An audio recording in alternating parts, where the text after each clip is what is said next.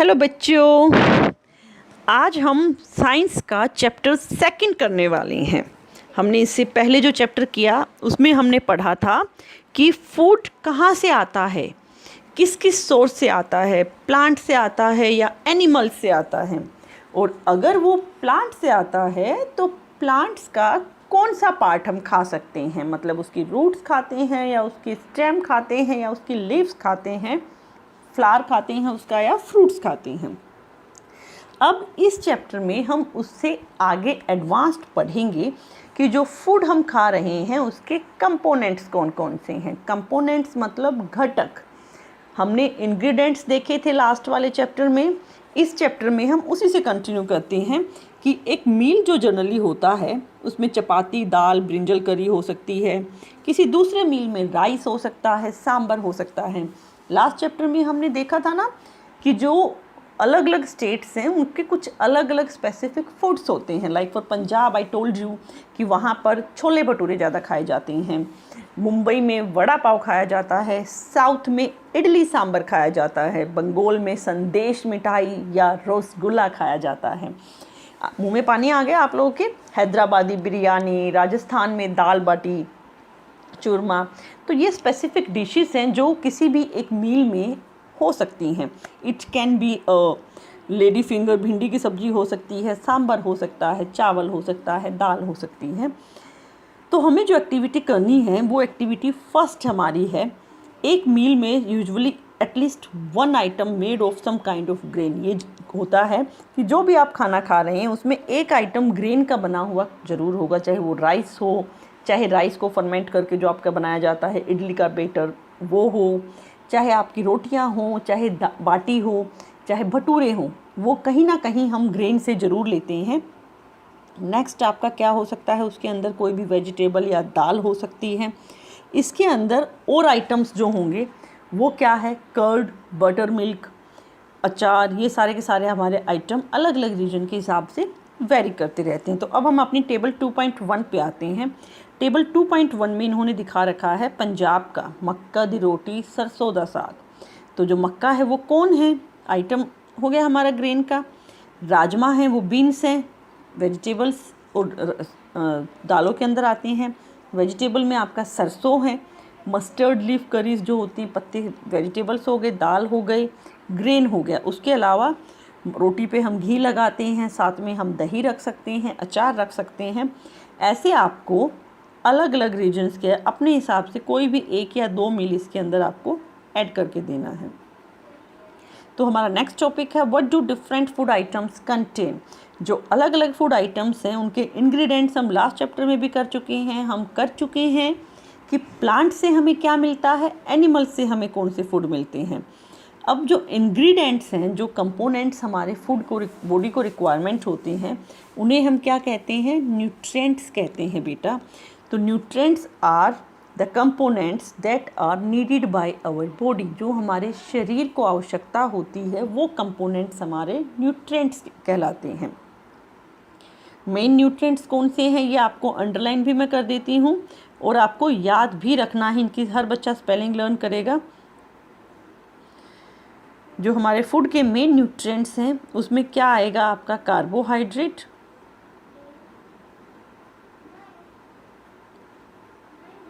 Major nutrients are carbohydrate, protein, fat, vitamin and minerals.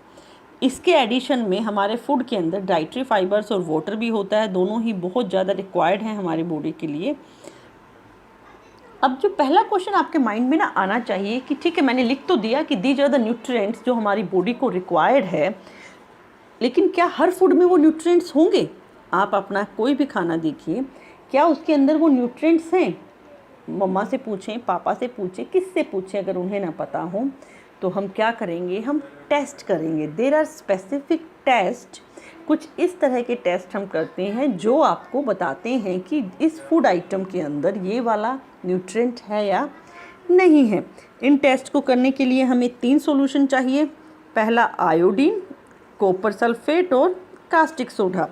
Test tubes चाहिए और एक dropper चाहिए। जैसे आपके चैप्टर में लिखा हुआ है कि आपको ऑब्जर्वेशंस रिकॉर्ड करनी है। टेबल हमारा इससे नेक्स्ट पेज पे टेबल हमारा बना हुआ है। उस टेबल में हम क्या करेंगे, जो भी हम टेस्ट करेंगे उसकी ऑब्जर्वेशन को रिकॉर्ड करते जाएंगे। इन्होंने लिखा है कि अगर ये सॉल्यूशन आपको रेडीमेड नहीं मिलता तो आपकी टीचर प्रिपेयर कर सकती है। यहाँ पर जो ये है ये आपको नहीं पढ़ना है कि कैसे प्रिपेयर करना है, this one is for teachers help only. अब हम जो अपनी पहली एक्टिविटी करेंगे वो हमारी क्या है, test for starch. Starch carbohydrate की ही एक टाइप होती है, तो आपको पता है कार्बोहाइड्रेट किस में होता है, राइस के अंदर, पोटैटो के अंदर हमारा कार्बोहाइड्रेट पाया जाता है। तो जो टेस्ट फॉर स्टार्च हम कर रहे हैं, हमने क्या किया, कोई भी फूड आइटम आपने लिया, जो भी आप अपना लंच में खा रही हैं या डिनर में खा रही हैं, उस फूड आइटम को लेंगे, डाइल्यूट 2 से 3 ड्रॉप आयोडीन सॉल्यूशन की आप उसके अंदर डालेंगे। वहाँ डालने के बाद अगर फूड आइटम का कलर चेंज होता है या नहीं होता है, अगर वो कलर चेंज होकर ब्लू एंड ब्लैक हो गया, मैं फिर से बता रही हूँ, अगर वो कलर ब्लू ब्लैक हो गया है, एक सेकेंड, इट मीन्स कि iodine is present in that food. तो आपको पहला टेस्ट जो करना है, test for iodine, sorry test for starch, उसमें आपको जैसे ही आप आयोडीन की 2-3 बूंदें डालेंगे, उस फूड आइटम का कलर ब्लू ब्लैक हो जाएगा। अगर ब्लू ब्लैक हो गया है, ब्लू या ब्लैक डार्क ब्लू भी हो सकता है, तो वो क्या शो करता है बेटा जी कि उस फूड आइटम के अंदर हमारा आयोडीन प्रेजेंट है। इस टेस्ट को, जैसे इन्होंने टेबल दे रखी है, आप इस टेबल को अच्छे से देखेंगे, raw potato, milk, coconut, sorry ground nut, uncooked powder rice, cooked rice, dry coconut, ये सब हैं। इन सब में हम पहले आयोडीन डाल के देखेंगे उसका कलर चेंज होगा कि नहीं होगा, ये वाली एक्टिविटी हो गई। फिर दूसरा टेस्ट जो हम करेंगे प्रोटीन के लिए करेंगे। प्रोटीन को बॉडी बिल्डिंग फूड कहा जाता है, जो आपका शरीर ग्रो करने में हेल्प करते हैं। तो हमने क्या करना है, फूड आइटम जो भी लिया है उसे पेस्ट बनाना है, पाउडर बनाना है, उसको पाउडर फॉर्म में ले आएँ या पेस्ट फॉर्म में ले आएंगे, उसे ग्राइंड करके या मसल के मैश करके। अब उसको अंदर हम क्या करेंगे, जो क्लीन टेस्ट ट्यूब के अंदर डालेंगे 10 ड्रॉप पानी की, और जो खाना आइटम डाला उसे अच्छे से हिला देंगे खाना डालने के बाद। फिर ड्रॉपर की हेल्प से 2 ड्रॉप हम कॉपर सल्फेट की डालेंगे। आप नोट कर लीजिएगा बेटा, 2 ड्रॉप हम कॉपर सल्फेट डाल रहे हैं, ये लाइंस में करवा दूँ, 2 drop of copper sulphate solution, और 10 ड्रॉप हम डाल रहे हैं कास्टिक सोडा की।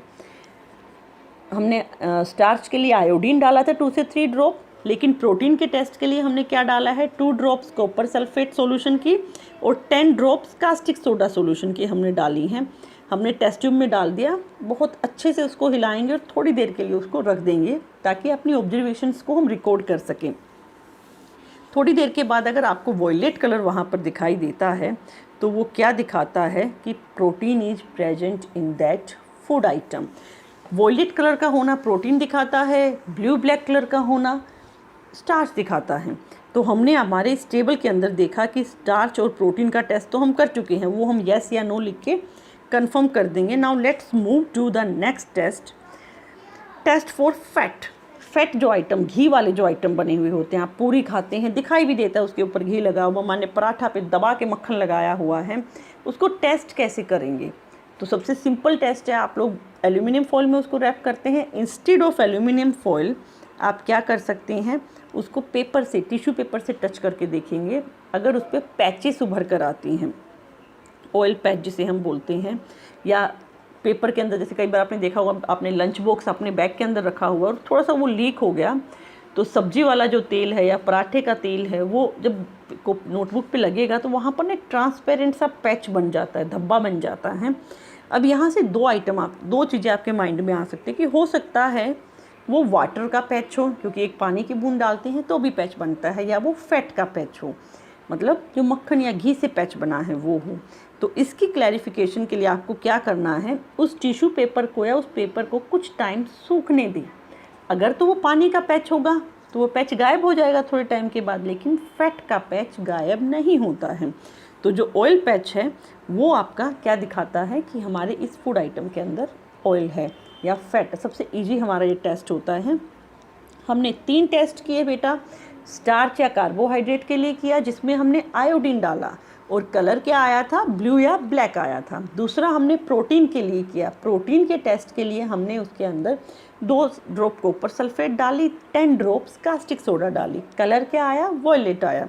और फैट के लिए हमने क्या किया है, पेपर पैच टेस्ट किया है कि पेपर पे अगर उसके निशान बनते हैं घी या तेल के और वो कुछ टाइम के बाद सूखते भी नहीं हैं तो वो कंफर्म देता है कि हमारा इसके अंदर ऑयल या फैट है।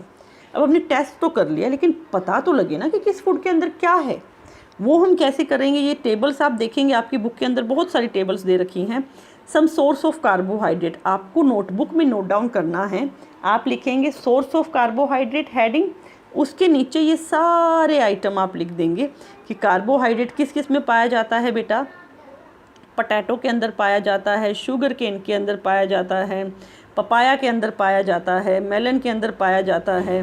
ये सारे आइटम्स आपको कार्बोहाइड्रेट के सोर्स के अंदर लिखने हैं। कार्बोहाइड्रेट के सोर्स आप डाल देंगे हेडिंग और ये आइटम्स उसके अंदर आप लिख देंगे। कार्बोहाइड्रेट को कहते क्या हैं, एनर्जी गिविंग फूड। तो जनरली जो लेबर्स होते हैं जो बहुत मेहनत का काम करते हैं, या आपको इंस्टेंट एनर्जी चाहिए होती है, या आपने फास्ट रखा हुआ है, फास्टिंग के टाइम पे इस तरह के फूड्स को प्रेफर किया जाता है। तो क्योंकि ये इंस्टेंट एनर्जी देते हैं हमें, एनर्जी गिविंग फूड हम इसको बोल सकते हैं कि जो हमारे ये हैं एनर्जी गिविंग फूड हैं। नीचे आप देखिए फैट भी, क्योंकि फैट भी हमारा एनर्जी गिविंग फूड है, फैट और कार्बोहाइड्रेट दोनों, लेकिन फैट हमें बहुत कम अमाउंट में चाहिए होता है। फैट के क्या होंगे, 2 तरह के सोर्स हैं बेटा हमारे पास फैट के। ये वाले हैं प्लांट से मिले हुए source, these are obtained from plants. ये फैट के वो सोर्स हैं जो प्लांट से मिले हैं, ये वो सोर्स हैं जो हमें एनिमल्स से मिले हैं। आप अपनी बुक में से इसको नोट डाउन करके लिखेंगे, source of fat from plants and animal. ये लिखा हुआ इन्होंने सोर्सेस ऑफ फैट। घी में फ़ैट है, बटर में फ़ैट है, क्रीम में फ़ैट है, मिल्क में फ़ैट है, मीट के अंदर फ़ैट है, फ़िश के अंदर फ़ैट है। ये एनिमल्स से हमें मिलता है। प्लांट से हमें क्या मिलता है, ग्राउंड नट मिलता है, कोकोनट ऑयल से मिलता है, कोकोनट ऑयल है, सोयाबीन ऑयल है, मस्टर्ड ऑयल है। ये सारे के सारे हमें कहाँ से मिलते हैं, प्लांट से मिलते हैं। अब नेक्स्ट हम आते हैं प्रोटीन। प्रोटीन आप लोगों की एज में सबसे ज़रूरी है, क्योंकि ये बॉडी बिल्डिंग फूड कहा जाता है। आपकी बॉडी की ग्रोथ के लिए, आपकी बोन्स को स्ट्रॉन्ग करने के लिए बॉडी बिल्डिंग फूड है आपका, जिसे हम क्या कहेंगे, बॉडी बिल्डिंग फूड में हमारे ये सोर्सेज हैं, 2 सोर्सेज हमारे। तो जो हमारा प्रोटीन हमें मिलता है, जिसे हम बॉडी बिल्डिंग फूड भी बोलते हैं, वो भी हमें प्लांट्स और एनिमल्स से ही मिलता है। जो प्लांट से हमें प्रोटीन मिला वो क्या है आपका, बीन्स में। बीन्स जो है सबसे बेस्ट सोर्स है प्रोटीन्स का। बच्चे प्रेफर नहीं करते हैं उन्हें खाना, बट अगर आपको अपनी बॉडी स्ट्रॉन्ग करनी है तो eat lot of beans, add dals and beans to your food. मटर है, मटर तो चलिए बच्चों को पसंद होती है, but they don't like beans, soya beans, moong dal. तो आपको वो सब चीज़ें भी बेटा खानी है अगर आपको अपनी बॉडी डेवलप करनी है, बॉडी ग्रो करनी है। और जो हमें एनिमल से प्रोटीन मिलता है वो मिल्क में है, एग के अंदर है, फ़िश के अंदर है, हमें फ़िश के अंदर मिलती है, मीट के अंदर हमें मिलती है, पनीर से मिलती है, सबसे ज़्यादा पनीर से। तो आपका जो ये सब चीज़ें हैं ये हमारी बॉडी को प्रोटीन देते हैं। नेक्स्ट है हमारा विटामिन। विटामिन जो हमारे फूड हैं वो हमारी बॉडी को प्रोटेक्ट करते हैं। They use to save us from lot of disease, बहुत सारी बीमारियों से हमें बचाते हैं। इसी चैप्टर में हम पढ़ेंगे कि अगर हमने विटामिन नहीं लिया तो हमें कौन कौन सी बीमारियां हो सकती हैं। विटामिन हमारी आइज़, हमारी बोन्स, हमारे टीथ्स, हमारे गम्स सबको हेल्दी रखते हैं। और विटामिन्स होते भी बहुत टाइप के हैं, vitamin A, vitamin B, vitamin C, vitamin D, vitamin E and vitamin K. ये विटामिन बी जो मैंने बोला, विटामिन बी के अंदर भी बहुत सारे विटामिन्स हैं, ग्रुप ऑफ विटामिन्स है विटामिन बी के अंदर। ये ना हमें सारे के सारे विटामिन्स बहुत ज़्यादा अमाउंट में नहीं चाहिए होते, बहुत थोड़ी सी अमाउंट में भी आप इनको ले लेते हैं तो चल जाता है। और हर विटामिन का एक अलग फंक्शन होता है, अलग सोर्स होता है। जैसे विटामिन ए जो है वो हमारी स्किन और आइज़ को हेल्दी रखता है, ठीक है। तो अगर आपको अपनी स्किन में कोई डिजीज़ नहीं करनी है, आपको अपनी आइज़ हेल्दी रखनी है, तो आपको विटामिन ए खाना होगा। और वो कहाँ से मिलेगा आपको विटामिन ए, हमें मिलेगा मिल्क से। अब बच्चों को मिल्क ना बिल्कुल पसंद नहीं, but milk is a magic food. आपका मैजिक फूड है। अगर आपको मिल्क खाना है, पिएंगे तो आपकी ऑलमोस्ट काफ़ी सारी रिक्वायरमेंट्स पूरी होती हैं। तो मैंने विटामिन ए का सोर्स क्या लिखा है, फिश ऑयल, आपका मिल्क है, मीट है, गाजर है, पपाया है, इन सब के अंदर है। जो विटामिन बी है आपका, विटामिन बी कहाँ से मिलता है आपको, गवावा से, लीवर जो आपका होता है, दालें हैं, उनसे आपको क्या है, विटामिन बी मिलता है। विटामिन सी खट्टे फ्रूट से आप नोट डाउन कर सकते हैं। विटामिन सी बहुत सारी डिजीज से हमें लड़ने में हेल्प करता है और मिलता कहाँ है, जितने भी खट्टे फ्रूट्स हैं आपके, लेमन, आंवला, टोमेटो, ऑरेंज, गवावा, उन सब से आपको क्या है, विटामिन सी मिलता है। विटामिन डी कहाँ से मिलता है आपको, विटामिन डी आपकी बोन्स और टीथ्स को बहुत स्ट्रॉन्ग रखता है। वो कहाँ से मिलता है, मिल्क से, बटर से, फिश से, एग से। और इससे के बाद क्या है आपका, हमारा विटामिन डी हमारी बोन्स को स्ट्रॉन्ग कर रहा है। उसके अलावा कुछ मिनरल्स हमारी बॉडी को चाहिए जो बहुत ही थोड़ी अमाउंट में चाहिए होते हैं, बट स्टिल वो रिक्वायर्ड होते हैं। जैसे उसमें फर्स्ट मिनरल क्या है, आयोडीन। आप देखेंगे आयोडीन है, फिर फॉस्फोरस है। इनको भी आप क्या है, इनके सोर्सेज नोट डाउन करके लिखेंगे। ये आयोडीन के लिए है, ये फॉस्फोरस के लिए है। कैल्शियम कहाँ से मिलता है, आयरन कहाँ से मिलता है। आयरन की कमी इंडिया के अंदर बहुत कॉमन है, स्पेशली बेटा लड़कियाँ बहुत जल्दी एनीमिक हो जाती हैं, मतलब खून की कमी उनके अंदर हो जाती है। तो इसीलिए हमें ये मिनरल्स भी प्रॉपर अमाउंट के अंदर चाहिए। आपको स्पिनच खानी चाहिए, एप्पल खाने चाहिए, fruits, green vegetables, milk, paneer, ये सब हमारे कुछ ऐसे हेल्दी फूड्स हैं जो आपको परफेक्ट रखते हैं। लेकिन बच्चे पता नहीं क्यों इनको अवॉइड करते हैं। They go for junk foods, Maggi, burger, chow mein, उसमें कोई भी न्यूट्रिएंट नहीं होता इन फूड्स के अंदर। ये जंक फूड्स हैं बेटा जी, आप उनको अवॉइड कीजिए। Go for this healthy foods. अब जो हमारे इसके अलावा पानी तो है ही हमारा मेन सोर्स। आपको 6 से 8 गिलास पानी कम से कम पीना चाहिए। मॉर्निंग में उठते हुए भी पानी पीना चाहिए, क्योंकि जितने भी हमने खाना खाया उसे डिजोल्व करता है पूरी बॉडी के अंदर और एब्जॉर्ब करने में हेल्प करता है हमारा पानी। नेक्स्ट है dietary fibre. Dietary fibres roughage होता है, जो भी आपका होल ग्रेन है, दालें हैं, सैलेड्स हैं, उन सब के अंदर रफेज पाया जाता है। ये कोई न्यूट्रिएंट नहीं देता हमारी बॉडी को, लेकिन जो अनडाइजेस्टेड फूड है उसको हमारी बॉडी से रिमूव करने में बहुत ज़्यादा हेल्प करता है ये हमारी। इसीलिए हमें हमारी जो डाइट है उसके अंदर डाइट्री फाइबर और रफेज को भी ऐड करना चाहिए। वाटर मैंने बताया आपको हमारी बॉडी के न्यूट्रिएंट्स को एब्जॉर्ब करने में हेल्प करता है, बॉडी के वेस्ट को बाहर निकालने में हेल्प करता है। जो बॉडी का वेस्ट है वो स्वेटिंग के थ्रू, मतलब पसीना आता है उससे निकल जाता है, यूरिन की फॉर्म में आप उसको बाहर निकाल देते हैं। हम लोग वाटर जनरली पानी पीते हैं, दूध के थ्रू, टी के थ्रू हम वाटर को लेते हैं। अभी एक एक्टिविटी आप करेंगे, बहुत आसान सी एक्टिविटी है। टोमेटो काटिए, लेमन काटिए या ऑरेंज को कट करके देखिए, उसे थोड़ा सा जैसा जब आप स्क्वीज करेंगे या ग्राइंड कर रहे हैं, पील कर रहे हैं, उस टाइम पे क्या आपको उसके अंदर वाटर मिल रहा है। तो ये क्या दिखाता है कि जो हमारे फ्रूट्स हैं या वेजिटेबल्स हैं, दे ऑल्सो कंटेन वाटर, वो भी हमारी इस रिक्वायरमेंट को पूरा करते हैं। इसीलिए आपको फ्रूट्स भी खाते रहना चाहिए।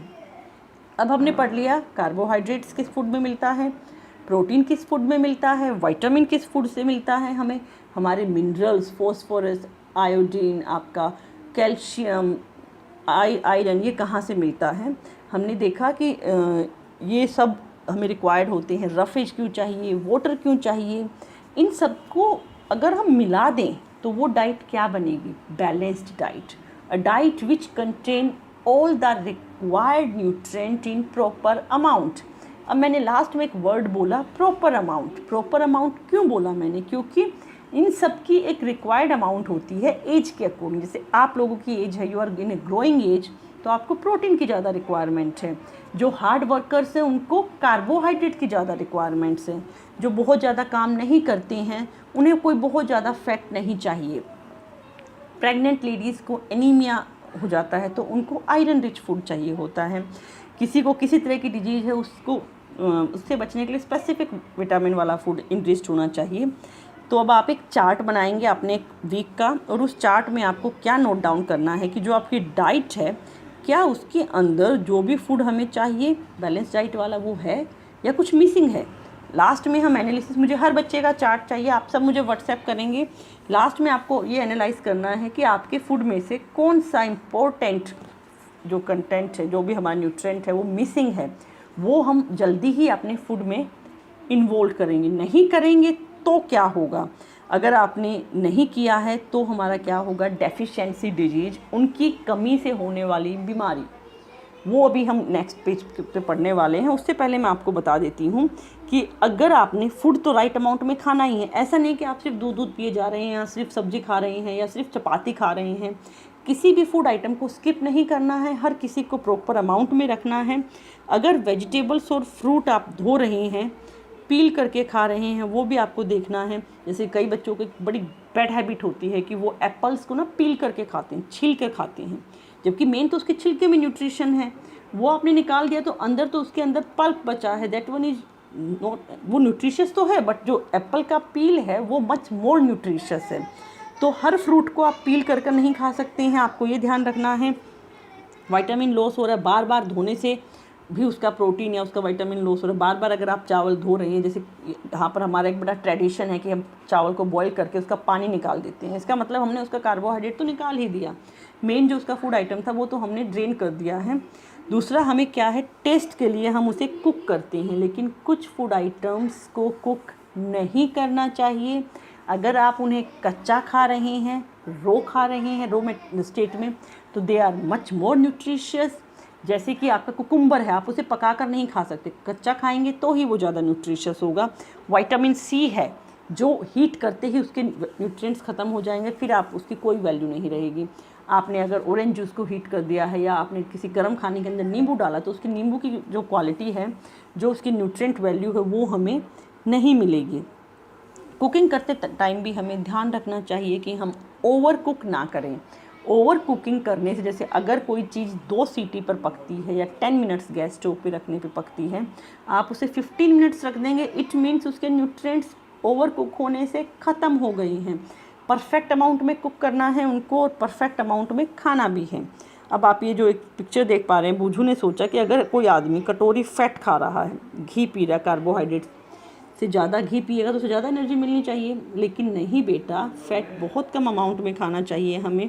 अगर आप ज़्यादा खाएंगे तो यू विल बिकम ओबेस, आपको ओबेसिटी हो जाएगी, मतलब मोटापा हो जाएगा। तो फैट तो बहुत सोच समझ कर हमें खाना चाहिए। ये है लास्ट टॉपिक।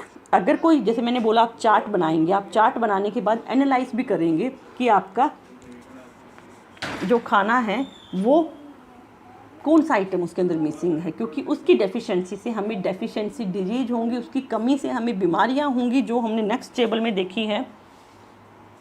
जो क्या है आपकी डेफिशिएंसी डिजीज के अंदर, ये टेबल आपको बहुत अच्छे से देखनी है। अगर आप देख रहे हैं किसी का चेहरा बहुत डल है, किसी की आंखें अंदर गड़ी हुई हैं, या किसी को देखने में दिक्कत है, किसी की हड्डियां कमज़ोर है, किसी की स्टंटेड ग्रोथ है, चेहरा सूजा हुआ है, तो वो सब क्या शो करता है, deficiency of a specific component. इन्होंने यहाँ पे लिखा हुआ है, अगर आपके फूड में प्रोटीन नहीं है तो you will have stunted growth, आपकी ग्रोथ रुक जाएगी। मैंने बोला प्रोटीन बॉडी बिल्डिंग फूड है और आप लोगों की एज में तो प्रोटीन बहुत ज़रूरी है। चेहरा सूज जाएगा, बालों का कलर डिस्कलर हो जाएगा, स्किन डिजीज हो जाएंगी आपकी। तो इस तरह से डायरिया तक होने के चांसेस है। आपको अपनी डाइट के अंदर प्रोटीन डाल के रखना है। अगर कार्बोहाइड्रेट नहीं है तो आप बहुत ही लीन एंड थिन हो जाएंगे, कमज़ोर हो जाएंगे, आपकी एनर्जी डाउन हो जाएगी, you can't do anything. Specific vitamin से, क्योंकि मैंने विटामिन बोला हमारे लिए प्रोटेक्टिव फूड है, बीमारियों से बचाते हैं। तो अगर आप नहीं लेंगे विटामिन तो आपको बीमारियां तो होनी ही होनी है। कौन सी बीमारियां होनी हैं, वो है हमारी ये टेबल। इसमें हमने मिनरल्स और विटामिन से होने वाली डिजीज़ को देखा है। बहुत अच्छे से हम देखेंगे और बहुत अच्छे से याद भी करेंगे, क्योंकि इसमें से क्वेश्चंस आते हैं। विटामिन ए की कमी से जो होगा हमारा लॉस ऑफ विजन होगा, हम देख नहीं पाएंगे। नाइट ब्लाइंडनेस भी हम इसको बोलते हैं, आप लोग नोट कर लीजिएगा, मैं लिख देती हूँ। नाइट ब्लाइंडनेस, BLINDNESS, मैं दोबारा लिख देती हूँ।